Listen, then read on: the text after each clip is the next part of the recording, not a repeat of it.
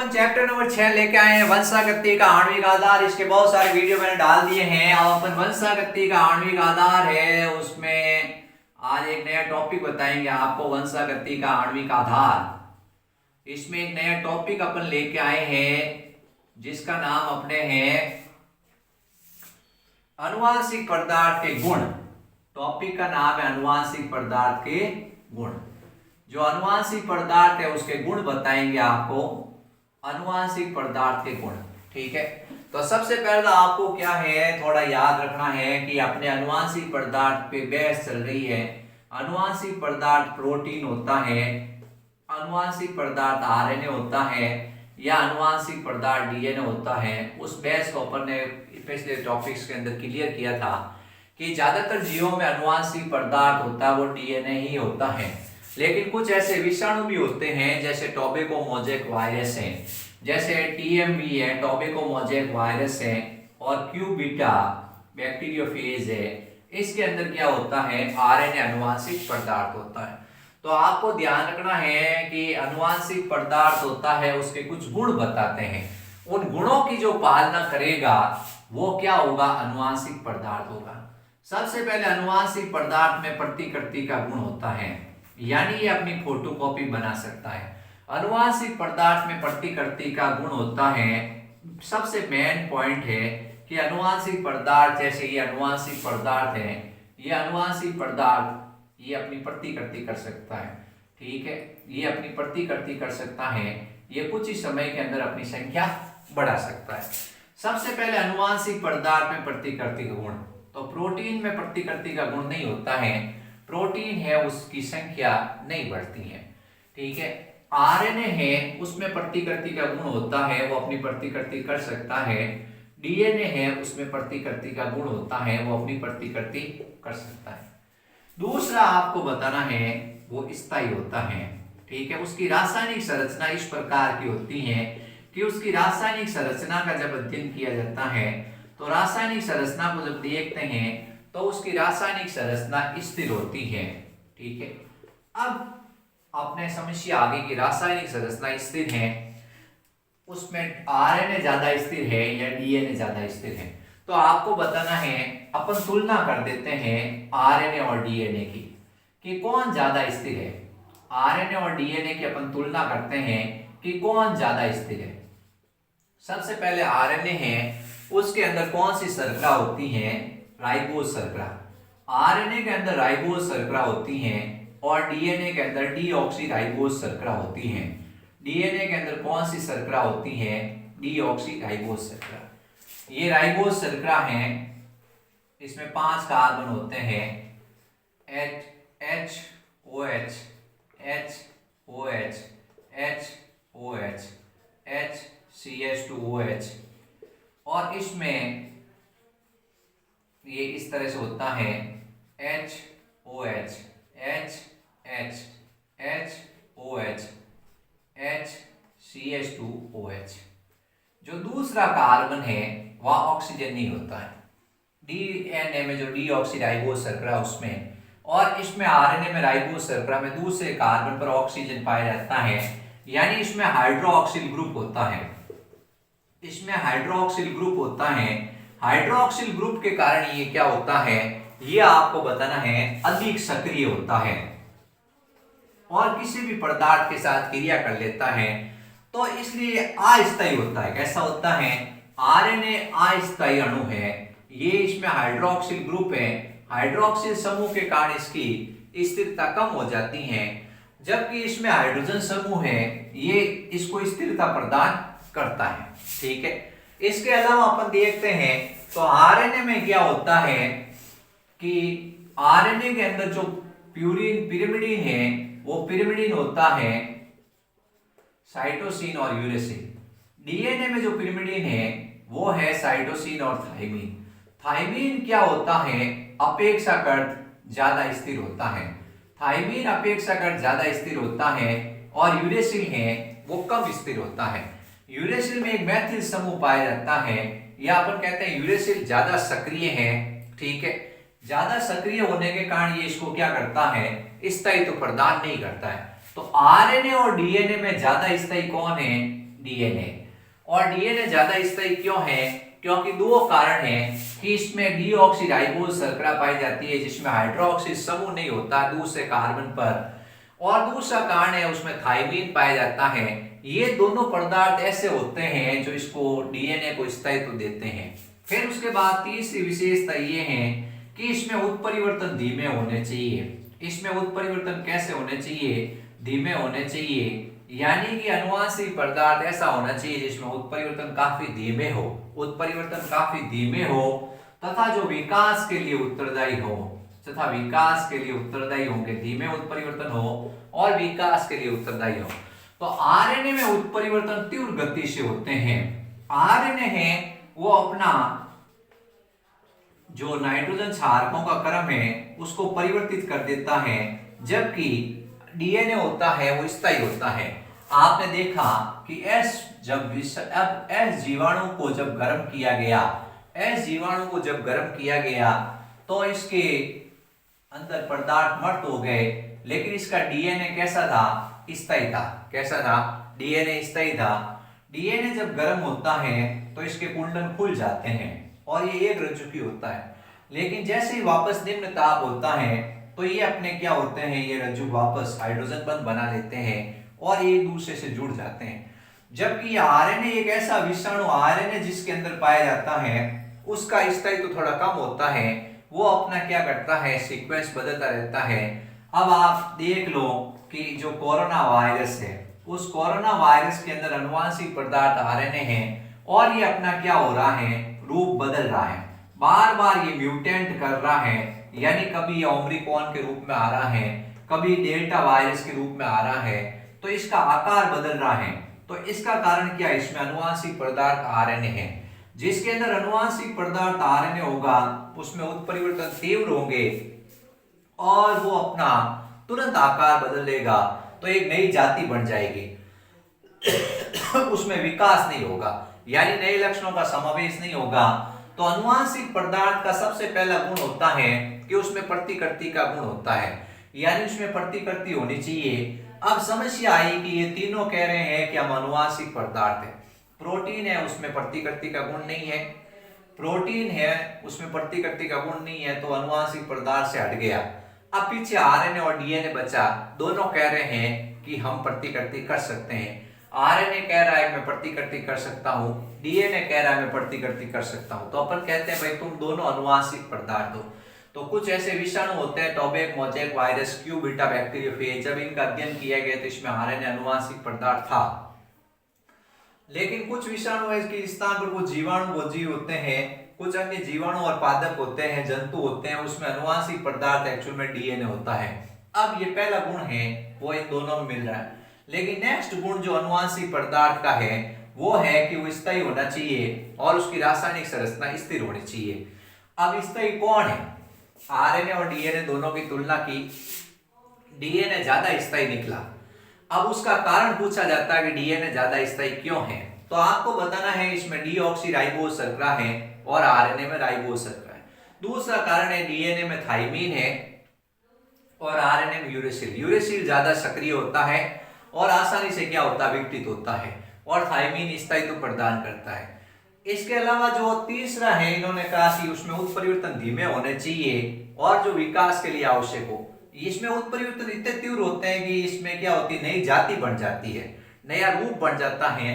RNA है उसमें उत्परिवर्तन इतने तीव्र होते हैं कि उसमें नए रूप बन जाते हैं। लेकिन जैसे डीएनए है, डीएनए को अगर गर्म भी किया जाएगा तो इसके दोनों ये रज्जु की एक दूसरे से अलग हो जाएंगे, लेकिन जैसे निम्न तापमान मिलेगा तो ये वापस एक दूसरे से क्या हो जाएंगे, जुड़कर नया डीएनए बनाएंगे। तो ये इसको स्थायित्व प्रदान कर रहा है।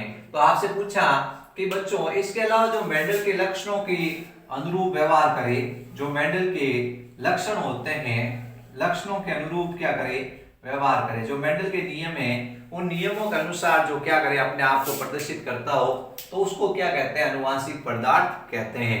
यानी कि जो लक्षणों के लिए उत्तरदायी होते हैं, कारक, कारक की तरह कौन व्यवहार करता है, डीएनए व्यवहार करता है। तो ये आपको बताना है, इसमें प्रतिकृति का गुण होना चाहिए, ये स्थायी होना चाहिए, इसकी रासायनिक संरचना ऐसी होनी चाहिए कि स्थिर हो और कम से कम परिवर्तन हो तीसरा इसमें उत्परिवर्तन धीमे होने चाहिए, उत्परिवर्तन तो होने चाहिए लेकिन धीमे होने चाहिए और जिससे धीरे धीरे विकास हो, उसमें लक्षण नए नए लक्षणों का समावेश होगा, आवश्यक लक्षण है वो संचित होंगे और एक नई जाति बनेगी। लेकिन इसमें करोड़ों वर्षों का समय लगता है। लेकिन आरएनए भाई साहब क्या करते हैं, तुरंत अपना पूरा जीनोम सीक्वेंस चेंज कर देते हैं और नए नाइट्रोजन क्षारकों का समावेश होने के कारण एक नई जाति तुरंत पैदा कर देते हैं। तो अपन कहते हैं कि इसमें ये गुण नहीं है आनुवांशिक पदार्थ के। वैसे पहले आरएनए आया था पहले कौन आया था, पहले आनुवांशिक पदार्थ के रूप में आरएनए आया था। ये बात आपको ये गांठ मान लेनी है। पूछा जाता है कि जब विकास हुआ, जब धरती पर जीवों का उद्भव हुआ, तो सबसे पहले आनुवांशिक पदार्थ की तरह व्यवहार कौन करता था, आरएनए। फिर आरएनए के अंदर कुछ परिवर्तन हुए और उसी से क्या बना है, डीएनए बना है। और डीएनए है वो स्थिर हो गया। कैसा हो गया, स्थिर हो गया। ये अपने को ध्यान रखना है। तो आरएनए अब आनुवांशिक दूत की तरह काम करता है। आरएनए के पास सूचनाएं होती हैं और आरएनए का निर्माण डीएनए से होता है। ये अब नया कंसेप्ट ध्यान रखना है आपको।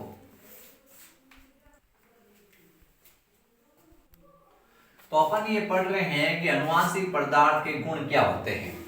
आनुवांशिक पदार्थ के गुण में सबसे पहले प्रतिकृति का गुण होना चाहिए, दूसरा आनुवांशिक पदार्थ स्थायी होना चाहिए और उसमें रासायनिक संरचना है उसकी स्थिर होनी चाहिए।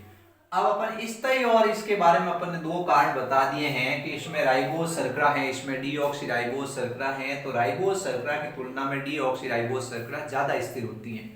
दूसरा थाइमीन के स्थान पर इसमें यूरेसिल है, थाइमीन ज्यादा स्थायित्व प्रदान करता है। अब अपन एक ग्रिफिथ का प्रयोग अपन ने देखा था, उसमें आनुवांशिक पदार्थ था वो नष्ट क्यों नहीं हुआ। आनुवांशिक पदार्थ डीएनए था, डीएनए है वो गर्म हुआ और इसके दोनों कुंडल खुल गए, हाइड्रोजन बंध टूट गए। लेकिन जैसे ही वापस निम्न ताप हुआ तो ये दोनों जो रज्जुक है वो आपस में एक दूसरे से जुड़ गए। तो इस प्रकार डीएनए कैसा होता है, स्थायी होता है। अब सवाल आता है कि भाई उत्परिवर्तन होते हैं, उत्परिवर्तन डीएनए में भी होते हैं और आरएनए में भी होते हैं। ऐसा नहीं होता है कि डीएनए में उत्परिवर्तन नहीं होते हैं, लेकिन आरएनए के अंदर उत्परिवर्तन काफी तीव्र होते हैं। और उसके कारण क्या होता है कि जीवाणु है, जो विषाणु है, वो अपना पूरा रूप बदल लेता है और उत्परिवर्तन इतने तीव्र होते हैं कि पूरा उसका जीनोम सीक्वेंस बदल जाता है, उसके पूरे जीन होते हैं वो बदल जाते हैं। आरएनए सीधा प्रोटीन बनाता है, आरएनए सीधा प्रोटीन का कूट लेखन करता है, जबकि डीएनए क्या करता है, पहले आरएनए बनाता है और आरएनए से फिर प्रोटीन बनता है। तो इस तरह से उत्परिवर्तन तो दोनों होते हैं, लेकिन उत्परिवर्तन ज्यादा तीव्र किस में होते हैं, ये अपने सवाल आता है। उत्परिवर्तन ज्यादा तीव्र होते हैं आरएनए में, और ये आरएनए होता है वो सीधा प्रोटीन बनाता है, उसका अनुलेखन करता है यानी अनुवादन करता है और सीधा प्रोटीन का निर्माण कर देता है। जबकि डीएनए में आरएनए बनता है और आरएनए से फिर प्रोटीन बनता है। तो आपसे ये तीसरा पॉइंट है, इस पे थोड़ा अपन चर्चा कर लेते हैं कि भाई आपसे सवाल पूछा कि दोनों आनुवांशिक पदार्थ हैं, जैसे ये विषाणु है tobacco mosaic virus, Q beta bacteriophage, इन दोनों में आनुवांशिक पदार्थ आरएनए है और बाकी जीवों के अंदर आनुवांशिक पदार्थ डीएनए है। क्या उत्परिवर्तन डीएनए में होते हैं? कि हाँ उत्परिवर्तन डीएनए में होते हैं। क्या उत्परिवर्तन आरएनए में होते हैं? कि हाँ आरएनए डीएनए दोनों उत्परिवर्तन, लेकिन उत्परिवर्तन ज्यादा तीव्र किस में होते हैं? आरएनए में ज्यादा तीव्र होते हैं। ज्यादा तीव्र होंगे तो वो जीव को क्या करेंगे, अस्थिर करेंगे, उस जाति में पूरे नए गुण लाने की संभावना ज्यादा होगी। इसलिए अपन कह रहे हैं कि जिसमें आरएनए आनुवांशिक पदार्थ होता है वो अपना रूप जल्दी बदलता है, और डीएनए जिसमें आनुवांशिक पदार्थ है उसमें धीरे धीरे नए आनुवांशिक गुणों का संचय होता है और उसमें विकास में समय लगता है। ये अपने को ध्यान रखना है। ये वंशागति का आणविक आधार अपने चैप्टर नंबर 6 चल रहा है, इसमें आनुवांशिक पदार्थ के गुण हैं वो अपन पढ़ रहे हैं। अब अपन इसमें एक नया, इसी के अंदर एक टॉपिक पढ़ेंगे, डीएनए और आरएनए में 4 अंतर जो परीक्षा में आते हैं। न्यूक्लिक अम्ल 2 तरह के होते हैं बच्चों। एक का नाम होता है जिसको अपन कहते हैं डीएनए और दूसरा होता है आरएनए। इन दोनों में 4 अंतर हर क्लास के अंदर पूछे जाते हैं। 7वीं, 8वीं, 9वीं, 10वीं, 11वीं और 12वीं, हर जगह डीएनए और आरएनए में 4 अंतर पूछे जाते हैं। डीएनए का पूरा नाम होता है डीऑक्सीराइबोज न्यूक्लिक अम्ल। डीएनए का पूरा नाम होता है डीऑक्सीराइबो न्यूक्लिक अम्ल। और आरएनए का पूरा नाम होता है राइबो न्यूक्लिक अम्ल। राइबो न्यूक्लिक अम्ल। सही, सबसे पहले तो आपको डिफरेंस याद करना है, नाम याद कर लो पूरा, ये परीक्षा में सवाल आता है। अब आपको डिफरेंस बताते हैं। सबसे पहला डिफरेंस ये है कि ये सभी विषाणुओं को छोड़कर, जो पादप विषाणु हैं, पादप विषाणुओं को छोड़कर अन्य जीवों में आनुवांशिक पदार्थ है। अन्य जीवों में ये आनुवांशिक पदार्थ है। ये अन्य जीवों में आनुवांशिक पदार्थ है। ये क्या होता है, ये पादप विषाणुओं में आनुवांशिक पदार्थ है। और कुछ ऐसे बात है, कुछ जीवाणुओं में भी होता है, लेकिन पादप विषाणुओं में आनुवांशिक पदार्थ की तरह कार्य करता है। ठीक है। दूसरा डिफरेंट आपको बताना है, ये कोशिका के केंद्रक में पाया जाता है और ये कोशिका द्रव्य में पाया जाता है। ये कहां पाया जाता है, कोशिका द्रव्य में पाया जाता है। तीसरा पॉइंट, इसमें डीऑक्सीराइबोज शर्करा होती है। इसमें डीऑक्सीराइबोज शर्करा होती है और इसमें राइबोज शर्करा होती है। इसमें राइबोज शर्करा होती है। चौथा पॉइंट, इसमें जो पिरिमिडीन है, पिरिमिडीन होते हैं वो साइटोसिन और थाइमिन होते हैं। इसमें जो पिरिमिडीन है,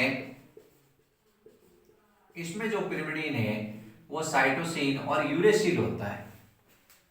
फिर उसके बाद ये इसमें प्यूरिन की मात्रा पिरिमिडीन के बराबर होती है। प्यूरिन जितना होगा उतना ही पिरिमिडीन होगा। इसमें प्यूरिन की मात्रा पिरिमिडीन के बराबर नहीं होती है।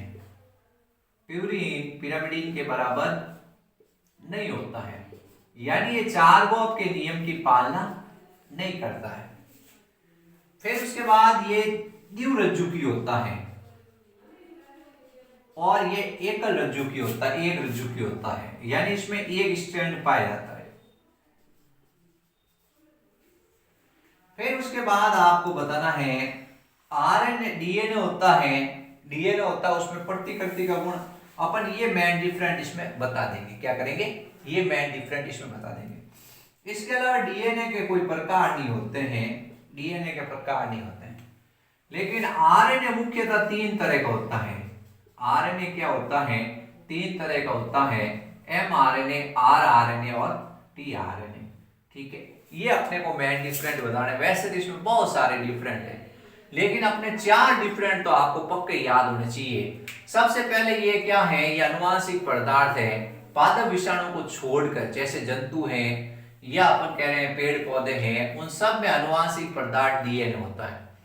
और आरएनए पादप विषाणुओं में आनुवांशिक पदार्थ है।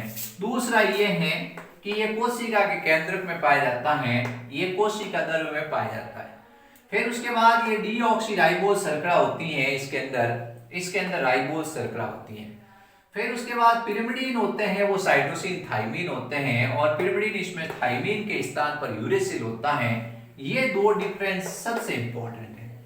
प्यूरिन पिरिमिडीन के बराबर होता है, इसमें प्यूरिन पिरिमिडीन के बराबर नहीं होता है, यानी कि आपको बताना है ये चारगोप के नियम की पालना नहीं करता है। फिर अपन कहते हैं ये द्विरज्जुकी होता है, एक रज्जुकी होता है। इसमें डीएनए से क्या होता है, कोई प्रकार नहीं होते हैं, और इसमें आरएनए के कई प्रकार होते हैं। ठीक है बच्चों, ये अपने ध्यान रखना।